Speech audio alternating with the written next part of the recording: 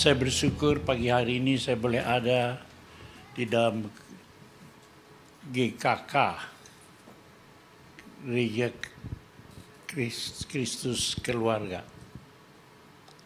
Puluhan tahun yang lalu saya bersama Bapak dan Ibu Ros dan keluarga berkeliling Israel bersama-sama.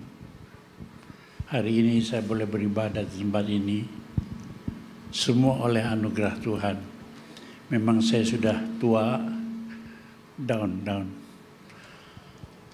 Umur 84 tahun, semangat masih ada, tapi kaki lemah. Tapi di sorga tidak ada yang lemah, kita semua kuat. Hari ini saya menyampaikan firman Tuhan perihal kerajaan yang tidak tergoncangkan. Di dunia ini, saudara sekalian, manusia hidup dalam kerajaan yang bergoncang.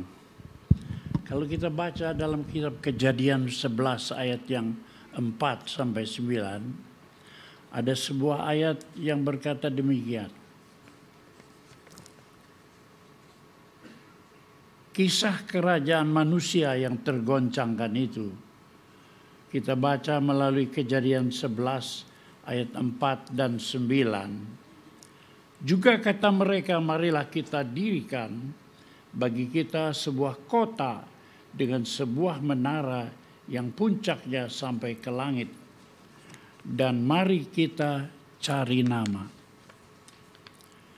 Ini kata-kata awal tentang kerajaan yang tergoncangkan. Mari kita bangun sebuah kota yang puncaknya sampai ke langit. Dan mari kita cari nama. Ini sudah sekalian nyata sekali. Itulah sebabnya sampai hari ini, sampai sekarang, nama kota itu disebut Babel. Karena disitulah dikacaukan Tuhan bahasa seluruh bumi, dan dari situlah mereka diserahkan Tuhan ke seluruh dunia. Sampai hari ini saudara, daerah Babel masih ada. Tapi tidak ada lagi kerajaan Babel, sudah runtuh, diganti oleh anak cucu buyutnya. Ini daerah Iran. Sampai sekarang masih berbuat begitu. Sebab di daerah itu timbul ISIS. ISIS itu Islamic State of Iraq and Syria. ISIS itu berasal dari situ. Dari zaman dulu saudara sekalian. Sampai sekarang begitulah perbuatan mereka. Ya. Tapi kalau kita baca dari pasal 11 itu, Kejadian pasal 1 sampai pasal 11, 11 pasal menceritakan kerajaan yang bergoncang. Kerajaan yang runtuh. Kerajaan Babel itu juga runtuh, sekarang tidak ada. Yang ada anak cucunya Irak, Iran itu sekarang. Ya, sekarang Allah membentuk generasi baru. 11 pasal dari Kejadian pasal 1 sampai 11 itu menceritakan kerajaan yang didirikan oleh manusia. Tapi mulai pasal yang ke-12 di situ dikatakan ya, Allah membentuk generasi baru untuk mendirikan kerajaan yang tidak tergoncangkan. Jadi pasal 12 mulai didirikan kerajaan baru sekalian, di mana kita baca berfirmanlah Allah pasal 12 ayat 1 sampai 3. 11 pasal kerajaan yang runtuh, tapi kemudian pasal ke-12 dan seterusnya Tuhan panggil orang beriman untuk membentuk kerajaan yang tidak tergoncangkan. Berfirmanlah Tuhan kepada Abraham, pergilah dari nenek moyangmu, negerimu, dari sanak saudaramu, dari rumah bapamu, ke negeri yang akan kutunjukkan kepadamu. Aku akan membuat engkau menjadi bangsa yang besar dan memberkati engkau serta membuat namamu masyhur, dan engkau akan menjadi berkat. Panggilan kepada Abraham itu panggilan pertama. Allah mau mendirikan satu kerajaan. Kalau sudah buka Google, ya, cari itu kota Ur, U-R, di petanya Irak. Itu sebuah kota kecil, saudara. Dari negeri yang paling berontak, paling dahsyat menentang Tuhan, Allah mengasihi dunia. Melambangkan kita manusia yang suka berontak, melawan Tuhan, tapi Allah tetap kasih, Allah tetap sayang sama kita. Itulah sebabnya Abraham dipanggil jauh sekali dari Ur Kasdim sampai ke tanah perjanjian yang sekarang disebut tanah Israel, tanah perjanjian. Orang-orang yang lawannya menyebutnya tanah Palestina. Itu jauh sekali, perjalanan yang hebat. Tapi saya bisa bayangkan nggak ada mobil, nggak ada kereta, cuma ada unta. Boleh buka peta, dahsyat, ya. Aku akan memberkati engkau, memberkati orang-orang yang memberkati engkau, dan mengutuk orang-orang yang mengutuk engkau. Dan olehmu semua kaum di muka bumi akan mendapat berkat. Dari Abraham itulah, saudara sekalian, kita dijanjikan Allah untuk mendapat berkat. Kemudian dalam Ibrani 12 dikatakan lagi, waktu itu suaranya menggoncangkan bumi. Tetapi sekarang memberikan janji satu kali lagi, aku akan menggoncangkan bukan bumi saja, tetapi langit juga. Ya, ungkapan satu kali lagi itu menunjuk kepada perubahan apa yang dapat digoncangkan. Dunia akan bergoncang, tapi aku akan membuat satu kerajaan yang tidak tergoncangkan. Ini janji Tuhan. Thank you. Janji Tuhan kepada kita sekalian. Nah, karena itu rencana Allah yang besar ini saya kemukakan supaya kita mengerti betul apa sebenarnya kita berbakti kepada Tuhan Yesus.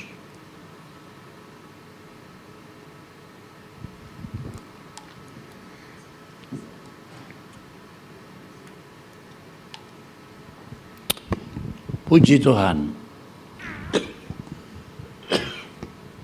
Jauh sebelum Yesus lahir ke dunia, kurang lebih 7 abad, seorang nabi yang bernama Daniel itu melihat satu penglihatan. Dalam Daniel pasal 2 ayat 34 dan 35. Sementara Tuanku melihatnya, terungkitlah lepas sebuah batu tanpa perbuatan tangan manusia, lalu menimpa patung itu tepat pada kakinya yang dari besi dan dari tanah liat itu, sehingga remuk. Maka dengan sekaligus diremukannya juga besi, tanah liat, tembaga, perak, emas itu. Semuanya menjadi seperti sekam, ya, di tempat pengirikan pada musim panas. Lalu ia pun menghembuskannya sehingga tidak lagi ada bekas-bekasnya yang diketemukan. Tetapi batu yang tadi menimpa patung itu menjadi patung yang besar, memenuhi seluruh bumi. Raja terbesar pada waktu itu di zaman Babel, Nebukadnezar namanya.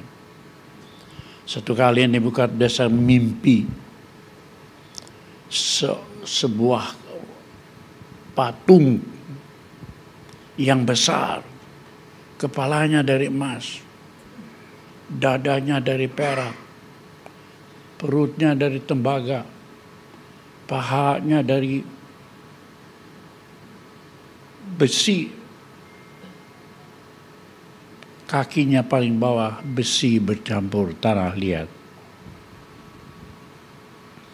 Itu melukiskan kerajaan dunia, siapapun yang membangun kerajaan dunia. Hebat seperti emas, sebentar lagi perak, sebentar lagi tembaga. Besi, tangan besi. Kalau dia sudah hampir runtuh, dia menggunakan kekuatan tangan besi. Padahal ujung-ujungnya besi bercampur tanah liat. Tapi tiba-tiba saudara sekalian, Nebukadnezar itu minta arti mimpi ini kepada semua orang pintar di negeri itu. Tidak seorang pun yang bisa memberikan artinya. Tapi Daniel pada waktu itu mewakili. Masih ingat Daniel, Sadrah, Mesah, dan Abednego. Itu bangsa Israel lagi dalam pembuangan ke negeri Babel. Dihukum 70 tahun. Karena terakhir Raja Ahab kawin sama Isabel. Sehingga mereka menyembah berhala. Dan itu sebabnya Tuhan menghukum bangsa Israel. Pergi dibuang 70 tahun lamanya ke tanah Babel. Tapi di sana Allah tidak meninggalkan umatnya. Sekalipun Tuhan menghukum kita, Allah itu mau kita bertobat. Tertulis ayat, Allah tidak ingin seorang pun binasa. Tapi setiap orang itu diberi kesempatan untuk bertobat. Karena itu diberikan Daniel, Sadrah, Mesah, dan Abednego. Ini 4 orang menyertai bangsa yang lagi terbuang itu. Supaya bangsa ini boleh diselamatkan, diberi firman Allah. Meskipun dalam masa pembuangan. Diikut sertai Tuhan. Nah, pada waktu itulah tidak ada orang yang mengartikan mimpi. Tapi akhirnya Daniel diberi hikmat mengartikan mimpi. Inilah seperti kerajaan Tuanku. Yang melukiskan kerajaan manusia yang tergoncangkan. Bagus pada mulanya. Hebat kelihatannya. Tapi tiba-tiba ada satu batu besar menimpa patung itu. Sampai hancur semuanya. Dan inilah kerajaan Tuanku. Beraninya Daniel mengerti mimpi itu. Sekalipun Daniel orang buangan, Daniel dibuang ke gua singa. Teman-temannya Sadrah, Mesah, Abednego dibakar dapur api. Tapi akhirnya semua tidak binasa. Akhirnya semua, bahkan Nebukadnezar pun mengumumkan semua orang harus beribadat kepada Allahnya Daniel, Sadrah, Mesah, dan Abednego. Inilah gambar kerajaan yang tidak tergoncangkan itu. Ya. Dalam Matius pasal 1 ayat 1 disebutkan inilah silsilah daftar keturunan Yesus Kristus. Dari Abraham sampai lahir Yesus ada 42 keturunan. 42, 3 kali 14, 3 zaman. Namun demikian yang disebut dalam Matius 1 ayat 1 itu hanya disebutkan 2 nama. Inilah silsilah Yesus Kristus, anak Daud dan anak Abraham. Nomor 1 dari 42 itu dipilih Daud. Dan yang paling pertama Abraham. Dicari manusia-manusia yang hatinya seperti Daud. Dan hatinya seperti Abraham. Ini prinsipnya. Banyak orang pikir jadi Kristen pasti masuk surga. Enggak. Allah tidak pernah berjanji menjadi orang Kristen pasti masuk surga. Dalam gereja ada banyak orang Kristen. Tapi yang dijanji bukan untuk orang Kristen. Tapi orang yang mengasihi Tuhan seperti Daud. Seperti Abraham. Makanya saya waktu ganti nama, papa saya dan kami sekeluarga milih nama Abraham. Julius Ishak Abraham. Sampai sekarang ya saya punya keluarga sudah 6 turunan percaya Tuhan. Dulu tiap mio ya sujud kalau di dalam hiolongkong 12 kali. Hielo oma 7 kali, bakar duit, kirim ke surga. Sekarang kita semua merdeka di dalam Yesus Kristus. Saudara-saudara yang kasih, itu sebabnya saudara kerajaan Allah di muka bumi adalah kerajaan yang tidak digoncangkan dari keturunan Abraham. Dan dalam Alkitab dikatakan kita inilah siapa yang percayakan Yesus? Keturunan Abraham secara rohani. Kita semua keturunan Abraham secara rohani. Mereka yang hatinya seperti hati Daud dan hati Abraham. Puji Tuhan, kita yang beriman, bukan saya sekeluarga saja, tapi mulai dari Pak Pewarta almarhum, orang tua yang menentukan.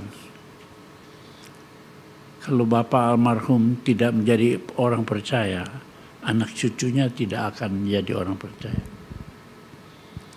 Saya sudah 6 turunan, ya. Saya punya buyut cicit 2. Dan kita semua beribadah kepada Tuhan Yesus. Jadi anak cucu daripada Bapak Pewarta almarhum, Ibu Ros masih mewakili di sini. Bersukacitalah kepada di dalam Tuhan. Karena kita bukan saja sudah percaya, tapi mengadakan ibadat gereja ini. Itu semua anugerah Tuhan di dalam kita sekalian. Ya, Yesus itu akan menjadi besar. Sebab Injil Lukas berkata, ia akan menjadi besar dan akan disebut anak Allah yang maha tinggi.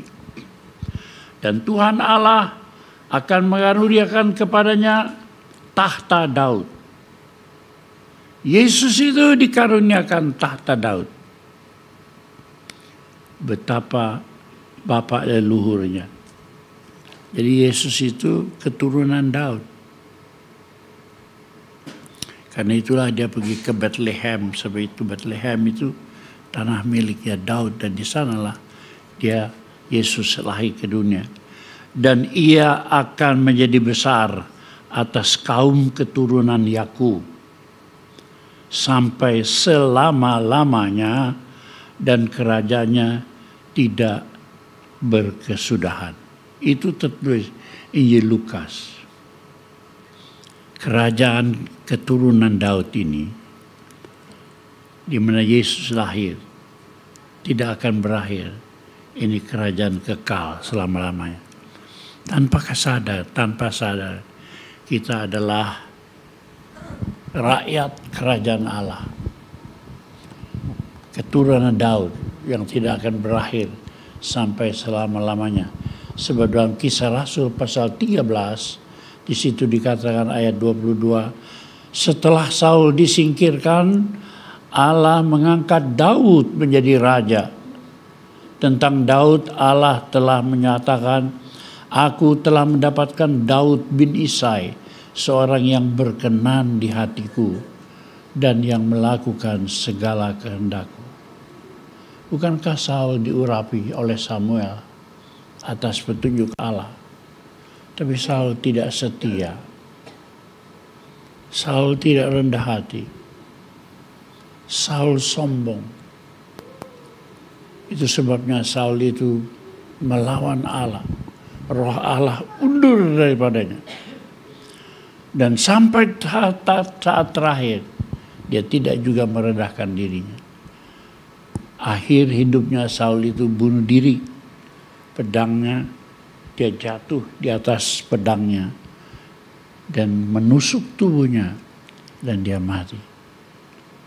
Kita yang beriman harus mempertahankan iman kita dengan kerendahan hati. Satu hal yang membuat kita runtuh adalah kesombongan. Semua itu dalam berkat Allah. Semua itu dalam kasih kemurahan Allah. Saya merasa hari ini Ketua Sinode Gereja Bethel Indonesia adalah Pendeta Rubin Adi, putra sulung saya yang pertama. Hari ini lagi ke Australia, sebab saya, Rubin, kita bersama-sama mendirikan sekolah teologi sejak belasan tahun lalu di Sydney, di Melbourne, dan di Den Haag, Belanda. Saya mengajar di sana. Ya, sampai hari ini Sydney, Melbourne masih. Dan ini sudah sekalian merupakan anugerah Allah.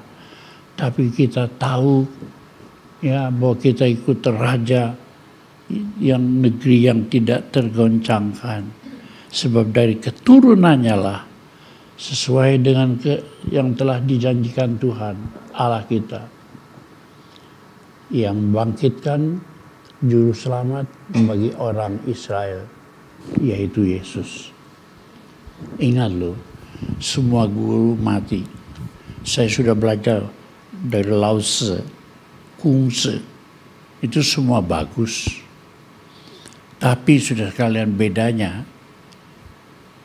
kita harus menjalani semua itu dengan kekuatan manusia.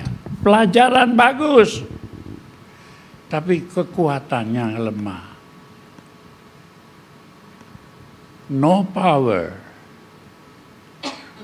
Seperti kita sudah tahu firman Allah. Tapi kita ini makhluk yang lemah. Tidak cukup kuat untuk menjalani firman Allah itu.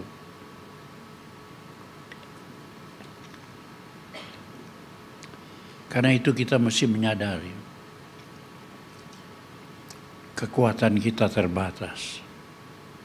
Hati berkehendak, tubuh lemah. Tapi ada satu kekuatan, kalau dia diam di dalam kita, kita akan terus kuat. Saya dibaptiskan umur 16 tahun setengah. Umur 17 saya penuh Roh Kudus. Tidak ada orang mengajar, tapi saya berdoa. Saya ingat Roh Kudus di dalam kamar saya sendiri. Dalam waktu 6 bulan saya beriman sampai hari ini. Roh Kudus tidak pernah berhenti. Saya sampai hari ini terus membangun jemaat-jemaat di mana-mana. Bukan di Tasik. Di Jakarta ada 3-4 jemaat. Di Bandung ada 5-6 jemaat. Di Nias sana, Nias. Ada 5 jemaat saya.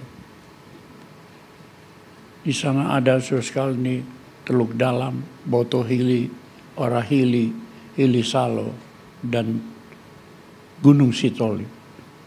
Tempat yang jauh. Roh Kudus itu bekerja luar biasa. Sibolga ke Kalimantan Barat, Pontianak, Singkawang. Dari Singkawang, Kalimantan Tengah, Palangkaraya. Terus sampai Sulawesi, Pulau Jawa banyak sekali. Itu Roh Kudus, kehidupan umat Kristen. Yang saya sedihkan banyak orang Kristen tanpa Roh Kudus. Teori bagus, praktek kagak bagus. Hidupnya tidak mampu. Tuhan Yesus berkata, mari kita berdoa. Tapi mereka pergi tidur. 3 kali Tuhan Yesus berdoa, ayo kita berdoa. Mereka pergi tidur. Sehingga mereka kena pencobaan. Yang paling jago Petrus, aku tidak akan meninggalkan engkau. Tapi sebelum ayam berkokok, Petrus menyangkal 3 kali. Sebab mereka belum menerima Roh Kudus. Karena itu pikirkan betul. Pikirkan betul. Allah Bapa sumber segala-galanya. Tapi kita manusia baru menikmati kalau Allah Anak Yesus Kristus turun ke dunia ini. Tapi sekarang Allah Bapa di sorga, Yesus di sorga, siapa yang menyertai kita? Sebelum naik Yesus berkata, berguna kalau aku pergi, aku akan mengirimkan penolong yang lain, yaitu Roh yang akan menyertai kamu selama-lamanya. Hari ini kita jangan berpikir cuma Allah Bapa dan Allah Yesus Kristus. Tapi dia udah pergi, ada di sorga. Yang ada di bumi itu Roh Kudus. Jangan pikir kita menjadi Kristen. Saya sudah keliling 55 negara di dunia ini berkhotbah. Saya belajar di Amerika. Saya masternya Amerika, doktornya di Indonesia. Tapi saya tetap mempertahankan Roh Kudus di atas segala-galanya. Sekarang banyak sekali orang percaya Allah, percaya Yesus, udah bangun gereja. Di pulau-pulau Sumatera, di Sulawesi, di mana India, banyak orang membangun atas dasar Allah Bapa, Allah Putra. Tapi saya mengimani, saya tidak akan bangun gereja kalau cuma Allah Bapa, Allah Putra. Sebab yang menyertai kita sampai sekarang itu Allah Roh Kudus. Karena itu setiap orang harus rindu akan Roh Kudus. Karena kalau kita tidak rindu, kita akan menjadi seperti Saul. Kita akan menjadi seperti Petrus yang menyangkal. Bahkan kita akan jadi seperti Yudas Iskariot yang mengkhianati gurunya. Yudas itu terlalu akrab. Dia bendahara, pemegang uang. Tapi dialah mengkhianati Yesus. Karena Roh Kudus belum diterima olehnya. Hei orang Kristen, ingatlah Allah bersamamu kalau Roh Kudus menyertai engkau. Ya, sebab itu saudara, kita mesti lihat kehidupan kita orang Kristen sekarang itu bagaimana perjalanannya, saudara sekalian. Supaya kita betul-betul berjalan terus. Kalau orang tanya sama saya, kamu paling suka sama siapa? Tokoh Alkitab. Saya jawab, Perjanjian Lama saya suka Daud. Perjanjian Baru Paulus. Sebab Daud itu mendirikan kerajaan, puji-pujian, memuliakan nama Tuhan. Dan dia berdoa, janganlah kiranya rohmu undur daripadaku. Jaga, jangan sampai Roh Kudus itu undur daripada kita. Jangan terus ingat dunia. Dunia ini ya akan runtuh, saudara. Dunia ini menyangkal Allah. 2 Timotius pasal 3 ayat 1 sampai 5, di situ dikatakan, ketahuilah bahwa pada hari-hari terakhir akan datang masa yang sukar. Tidak banyak orang menyadari masa ini masa yang sukar, masa yang sangat jahat. Saya lihat di Indonesia, saya lagi mikir mau nulis surat sama presiden, sama menteri kehakiman. Kejahatan di mana-mana. Tapi di luar negeri ada kejahatan yang bisa ditebus sama uang. Kalau di sini semua yang curi handphone juga masuk penjara. Mereka bilang lebih enak dalam penjara, dikasih makan gratis. Mereka curi handphone karena kelaparan. Tapi di dalam penjara mereka dikasih makan. Saya mau usul di Indonesia punya 17.504 pulau. Kenapa semua orang yang jatuh mesti masukkan penjara, dikasih makan oleh negara? Tidak ada orang yang bisa lepas dari kejahatan. Karena penjaranya terlalu sesak. Dan di dalam penjara pun ada pabrik narkoba. Ada semua kejahatan dalam penjara. Sipir penjara pun bekerja sama. Kenapa bukan yang koruptor dikirim ke sebuah pulau di sana? Yang narkoba kirim sebuah pulau di sana. Suruh mereka buka hutan. Bercocok tanam. Kalau enggak mati sendiri. Banyak pulau Indonesia. Sayang, saya bukan jadi menteri kehakiman.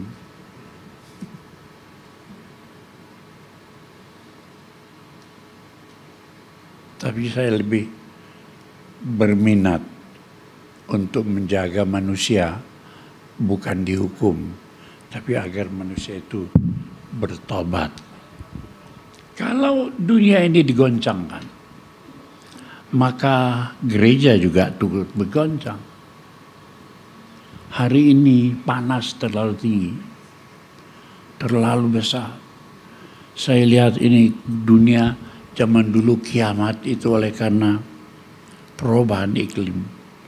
Dulu ada Brontosaurus, dinosaurus, ya marmut itu gajah yang besar. Semuanya sekarang tinggal tulang belulangnya. Kalau saudara pergi ke museum di Istana Bogor, di sana museum ikan yang besar. Saya diri di museum itu. Waduh, kira-kira dari atas sampai ke bawah itu 3 meter isi perutnya itu. Pantas kalau Nabi Yunus ditelan oleh ikan besar itu, pantas. Tapi semua binatang-binatang besar itu semua mati karena perubahan iklim. Apakah kita semua akan mati karena perubahan iklim? Tapi kita bersyukur kalau kita ada di dalam Kristus. Dunia bergoncang. Orang Kristen juga turut digoncangkan. Tapi kita digoncangkan itu supaya Tuhan membentuk kita menjadi seperti emas murni, saudara sekalian, yang dibakar. Semakin dibakar, semakin murni. Pencobaan ini jangan kita susah, tapi mari kita menjadi semakin murni.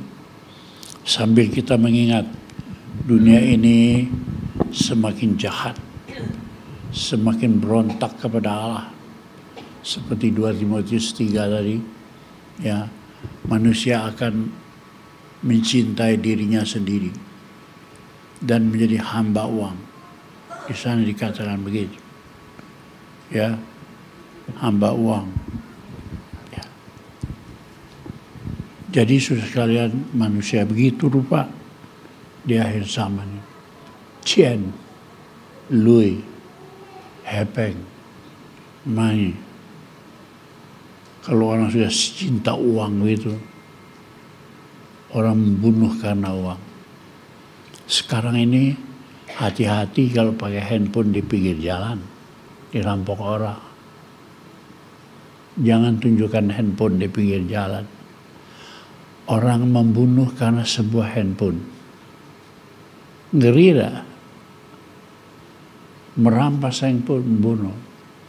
Ada kakak sepupu membunuh adiknya hanya untuk menguasai handphonenya. Ini dunia kita yang sekarang itu. Hamba uang, mereka akan membual, menyombongkan diri. Mereka menjadi pemfitnah. Mereka akan berontak terhadap orang tua. Putau, putiang, putki, bosiao. Manusia sekarang begitu. Ya.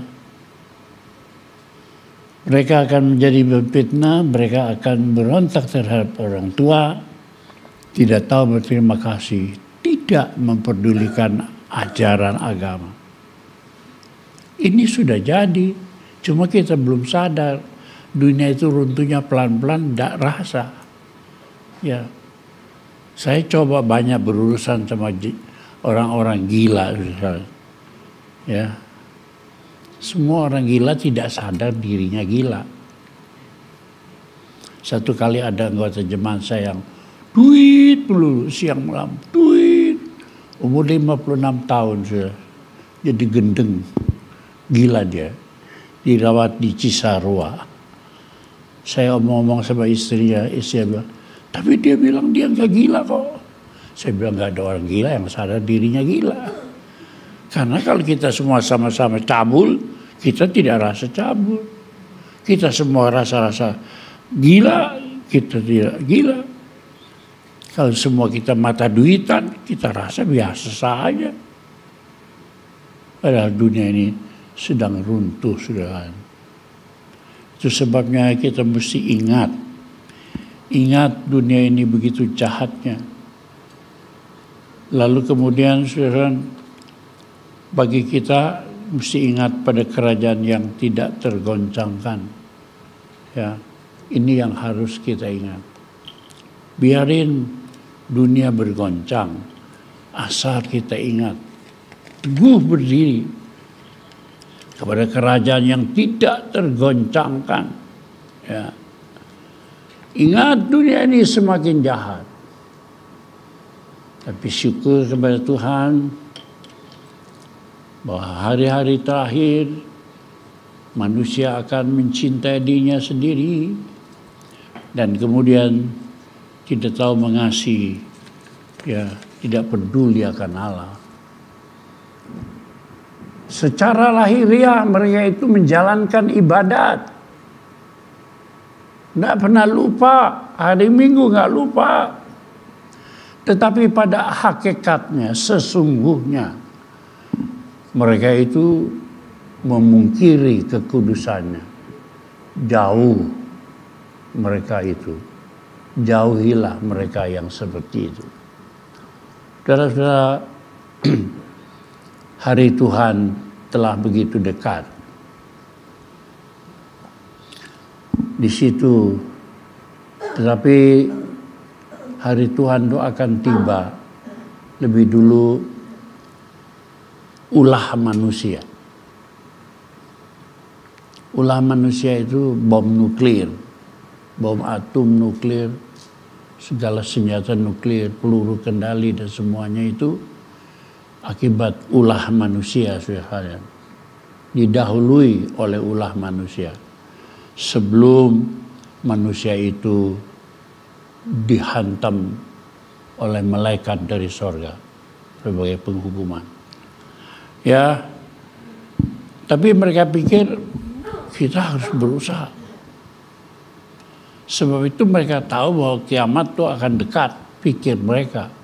Tapi pikiran mereka beda sama kita. Mereka pikir kiamat itu kalau bom atom, bom hidrogen, semua itu meledak. Nah, oleh karena itu mereka ingin ada perlindungan terhadap hari kiamat, terhadap nuklir. Mereka pikir kiamat itu dari nuklir. Itu sebabnya sekarang ini ada 5 negara ya yang bikin bunker-bunker di bawah tanah, yang disebutnya bunker itu sebagai bangunan anti kiamat di bawah tanah. Jadi mereka pikir Saya masih ingat dulu Mbak Mirjan, orang Jawa. Mereka penunggu gunung apa itu? Merapi ya. Mereka bikin bunker. Mbak Mirjan sembunyi di dalam bunker. Pikirnya dia selamat.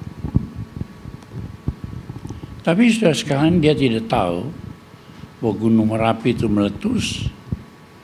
Panasnya itu masuk. Panas kan macam asap gitu ya. Masuk ke dalam goa-goa, masuk. Dan Pak Mirjan itu binasanya karena panas dari Gunung Merapi yang masuk di dalam bunkernya Pak Mirjan. Tapi hari ini sudah ada 5 negara yang bikin bunker, bangunan anti kiamat di bawah tanah. Oh coba. Negara yang membangun bunker itu sudah, ya tuh. Pertama-tama Inggris. Namanya bunker Burlington. Wah, Inggris jadi propornya ya. Bangunan anti kiamat. Kemudian yang kedua adalah Ceko, bunker de Oppidum, ya itu pojok kanan. Ceko bangun bunker anti kiamat. Kemudian bunkernya siapa tuh? Jerman. Jurupan di Eropa nomor 1. Mereka pikir ini anti kiamat. Jangan takut kiamat. Konsep kiamatnya itu pikiran manusia. Jadi penyelamat juga pikiran manusia. Tapi kita kiamat itu bukan dari manusia saja, tapi dari Allah, saudara-saudara. Bunker keempat itu Australia yang disebutnya underground bunker. Ini manusia punya usaha, saudara. Dan kemudian di China, Tiongkok, hebat, ya. Tuh lihat di situ, bola besar, bunker bola raksasa. Nggak tahu berapa besar bolanya dia. Di Tiongkok itu manusia juga mau dibikin, orang mati juga bisa dihidupkan. Hebat pengetahuan, tebak. Pada akhir zaman mereka pinter buat melawan Allah, menandingi Allah. Sebab itu sudah sekarang bunker-bunker ini membuktikan usaha manusia. Tapi dalam 2 Petrus 3 ayat 10, tetapi hari Tuhan akan tiba seperti pencuri. Pada hari itu langit akan lenyap dengan gemuruh yang dahsyat, dan unsur-unsur dunia akan hangus dalam nyala api, dan bumi dan segala yang ada di atasnya akan hilang lenyap. Bahkan bumi akan hilang lenyap. Karena itu jangan berpikir seperti manusia, tapi lihat saudara, supaya kita agar tetap tinggal dalam kerajaan yang tidak tergoncangkan itu. Itu yang harus kita jaga. Caranya bagaimana? 1, mengingat terus. Terus menerus ingat kasih Tuhan. Dan berpegang teguh pada janji-janjinya. Siang malam kita ingat teguh. Kalau Roh Kudus dalam hati kita, maka kita dapat siang malam menyeru nama Tuhan, berserah kepada Tuhan, penyerahan diri, bulat. Sudah tahu saya mau kasih rahasia panjang umur ya. Siapa yang terus mikiri umurnya takut mati, itu paling lekas mati. Benar. Cara saya supaya panjang umur bagaimana? Tuhan bilang, melayani Tuhan, maka kita tetap disertai Tuhan. Gak mati-mati. Jadi siapa yang mau panjang umur, layani Tuhan, nggak akan mati. Pemerintah sorga konferensi, malaikat bilang, Julius Ishak jangan mati dulu. Sebab kalau mati dulu, kerajaan sorga rugi gitu. Ya dah, pejuangnya sorga buru-buru mati, kagak ada yang ngabarkan Injil ke Nias, kagak ada yang ngabarkan Injil ke Aceh. Saya di Aceh waktu Aceh runtuh sempat mendirikan 2 gereja. Sebab waktu itu mereka minta rumah sakit dikuasai, ditolong oleh gereja Betel. Kita mendirikan beberapa puskesmas dipimpin oleh Dr. Yosi Mesa dari GBI. Saya bilang kalau kita bikin rumah sakit bisa. Tapi dokternya Kristen, menterinya Kristen, perawatnya Kristen. Lah orang Kristen berbaktinya di mana? Oh dia bilang boleh bikin aja. Paling tinggi lantai atas boleh bikin gereja. Jadi saya sempat bikin gereja di Aceh 2. Ya. Karena bangun puskesmas, bangun rumah sakit. Waktu zaman gempa itu. Nah karena itu nomor 1 kita ingat Tuhan, bukan ingat agama. Agama usaha manusia mencari Allah. Orang cebol mencoba mencapai bintang, usaha manusia. Tapi kekristenan, usaha Allah mengulurkan tangan kepada kita, mengangkat kita. Jadi semua bergantung kepada kemurahan Tuhan. Bukan karena kita hebat, bukan karena kita baik. Ya, ingat Tuhan. Tapi hal ini, Ratapan pasal 3, tapi hal ini yang selalu kuperhatikan. Oleh sebab itu aku berharap tidak berkesudahan kasih setia Tuhan. Tak habis-habisnya rahmatnya. Ia selalu baru setiap pagi. Besar setiamu. Kalau saudara tiap bangun pagi boleh menyanyi. Besar anugerahmu, berlimpah kasihmu, semakin hari semakin bertambah besar anugerahmu. Setiap pagi bisa berlinang air mata, mengakui kita hidup oleh anugerah. Saya umur sudah tua, jadi kalau bangun pagi selalu pikir, waduh, sekali lagi Tuhan tambahi umur saya. Sehari lagi Tuhan tambahi umur saya. Itu semua besar anugerahnya.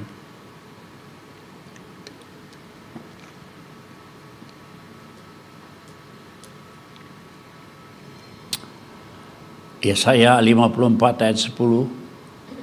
Sebab biar gunung-gunung berpanjang, bukit-bukit bergoncang, tetapi kasih setiaku tidak akan beranjak daripadamu, dan perjanjian damaiku tidak akan bergoyang, firman Tuhan yang mengasihi engkau. Tuhan berjanji, semua boleh bergoyang, tapi kasih Tuhan tidak bergoyang. Biasanya orang kaya susah jadi orang Kristen. Tapi keluarga pewarta dipimpin oleh Bapak almarhum mengendalikan anak cucunya. Ya, untuk beribadat kepada Tuhan senantiasa. Sehingga hari ini kita boleh berkata, sekalipun bumi bergoncang, gunung-gunung beranjak, kasih setia Tuhan tidak akan lenyap. Ya. Yang kedua, menyadari roh Allah ada di dalam kita. Ini yang penting. Sebab firman Allah kita bisa mengerti dengan akal. Tetapi kekuatan itu dari roh. Banyak orang mengerti firman, tapi no power. Sehingga tidak bisa melakukan apa-apa, saudara sekalian. Dalam Yakobus 4 ayat 4 dan 5 dikatakan, hei kamu orang-orang yang tidak setia, Tidakkah kamu tahu bahwa persahabatan dengan dunia adalah permusuhan dengan Allah? Jadi barang siapa yang hendak menjadi sahabat dunia ini, ia menjadikan dirinya musuh Allah. Kita dalam dunia, kita baik, hidup berusaha baik. Tapi kita tidak usah menjadikan sahabat itu dunia. Artinya siapa nomor satu? Dunia atau Allah? Mana yang lebih tinggi? Yang terutama di dalam hidup ini memuliakan nama Tuhan. Janganlah kamu menyangka bahwa kitab suci tanpa alasan berkata, roh yang ditempatkannya di dalam kita diingininya dengan cemburu. Jadi Roh Kudus yang ada dalam kita itu menginginkan kita dengan rasa cemburu yang besar. Apabila kita ini memihak kepada dunia lebih.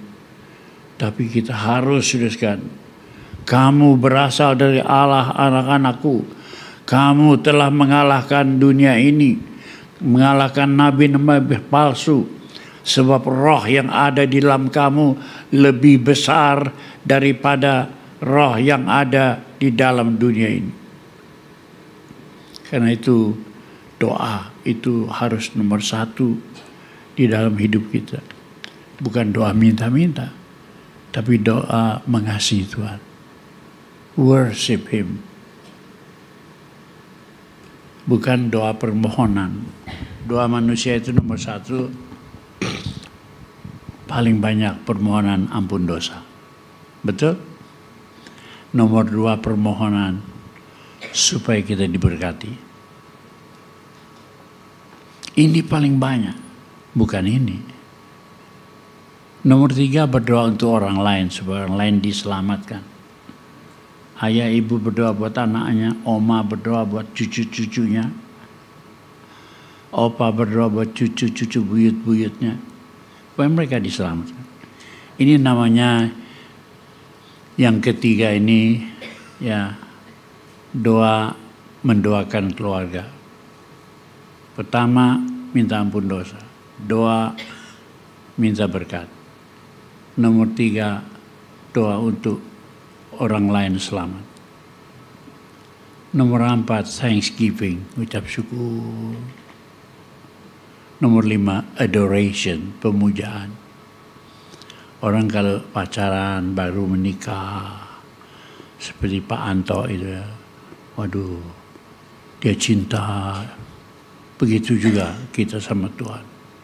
Tapi kita bukan cuma baru aja, seterusnya kita jaga supaya kita teguh di dalam Tuhan.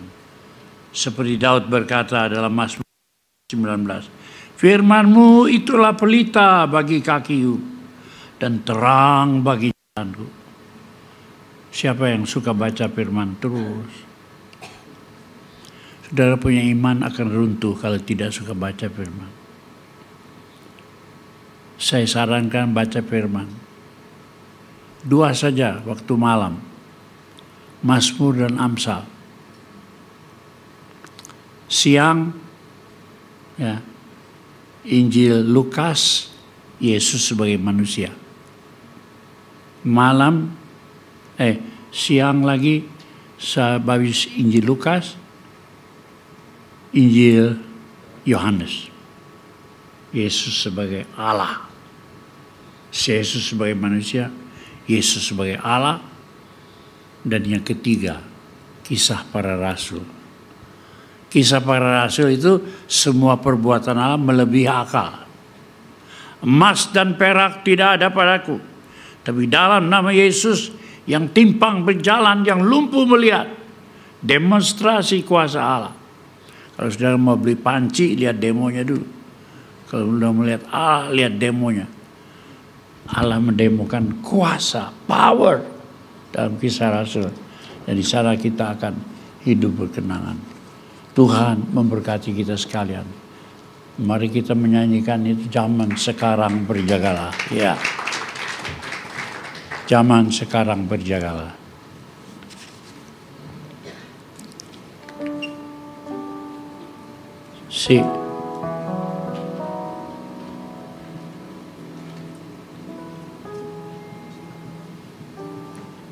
Bass. Bass. Coba. Zaman sekarang berjalan. Lihat dunia bergelora, kedengaran sini sana pada kabar menyampaikan, berlindunglah dalam sabda Allah. Sekali lagi. Zaman sekarang berjalan, lihat dunia bergelora, kedengaran sini sana banyak kabar menggemparkan, berlindunglah dalam sabda Allah. Ada satu hal yang istimewa. Kemarin ya, Saudara Anto berkirim ayat kepada istrinya Ian. Oleh karena Sejid Sender, ya, ayat itu Amsal 19 ayat 14. Bunyinya begini.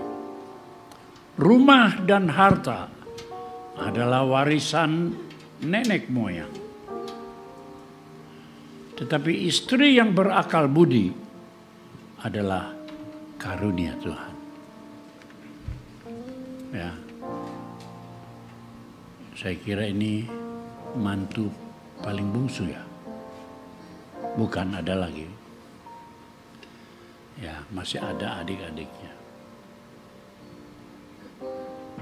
masih ada cucunya Kevin, itu ya, yang main trompet itu. Good, saya senang orang muda melayan Tuhan. Rumah adalah harta, adalah warisan nenek moyang. Tetapi istri yang berakal budi adalah karunia Tuhan. Ayat itu dikirimkan kepada istrinya yang berulang tahun, Iena. Ini berbicara tentang warisan manusia. Warisan manusia, a big house, a beautiful house, atau a mansion, mahligai. Di situ sudah ada mahligai. Tetapi sudah sekalian, harta dan kekayaan itu tidak mendatangkan kebaikan, tidak mendatangkan kebahagiaan. Tetapi kebahagiaan batin itu sudah sekalian bukan seperti itu. Lihat Adam dan Hawa. Hawa yang ambil curi buah, kasih sama suaminya, sehingga semua berdosa dan manusia runtuh. Tetapi memang istri itu karunia Tuhan. Bukan istri yang pandai cari duit, bukan. Sebab duit itu penyebab masalah yang terbesar hari ini. Cian Lui Hepeng, masalah besar. Bukan karena cantik jelita, itu juga sumber masalah. Kalau dia tidak itu takut, hormat, tidak berbudi, tidak takut akan Tuhan, istri itu bisa diambil orang. Digosok-gosok sedikit, lebih kaya diambil orang. Jadi cantik juga berbahaya ya. Pintar cari duit juga berbahaya. Tapi di sini katanya karunia Tuhan yaitu istri yang berakal budi. Sebab itu Saudara Anto menulis surat, kasih ayat sejid, yaitu rumah dan harta adalah warisan nenek moyang. Tapi istri yang berakal budi adalah kasih karunia Tuhan. Itu artinya Anto mengasihi istrinya, sebab hari ini roh Allah ada di dalam dirimu, ada di dalam istrimu. Jaga, kalau roh Tuhan mundur, maka damai sejahtera itu akan hilang. Takut akan Allah adalah pangkal daripada hikmat. Jangan sampai hikmat, pikiran yang waras, yang baik itu undur daripada kita. Sebab kalau itu undur dari kita, maka rahmat Tuhan akan undur juga. Hikmat akan mundur dan kuasa akan mundur. Hari ini kalau kau bisa menulis, itu ada hikmat dari Allah. Hikmat dari Allah itu datang dari firman Tuhan. Tetapi juga ada power, rasa kasih yang besar akan istrimu oleh karena Roh Kudus diam di dalam dirimu. Kalau Roh Kudus tidak diam, tidak bisa. Pertahankan dua-duanya. Tetap, janganlah kiranya rohmu undur daripadaku. Itulah doa daripada Daud. Hari ini kita cinta, tapi kalau kita besok mundur, kita kehilangan cinta kasih. Tapi kalau roh Tuhan kuat dalam diri kita tidak akan kehilangan cinta kasih. Ya, sebab itu dalam Amsal 31 ayat 10, istri yang berakal budi, ya, siapa yang akan mendapatkannya? Ia lebih berharga daripada permata. Ingat itu. Semua dua-dua menjaga. Saya sudah menikah hampir 60 tahun. Saya mengundang banyak dari keluarga pewarta untuk ke Bandung tanggal 26 Mei, 60 tahun, Diamond Wedding. Tapi banyak ibu keluar negeri, Sugi juga keluar negeri, never mind, masih ada wakil-wakilnya ya bisa hadir.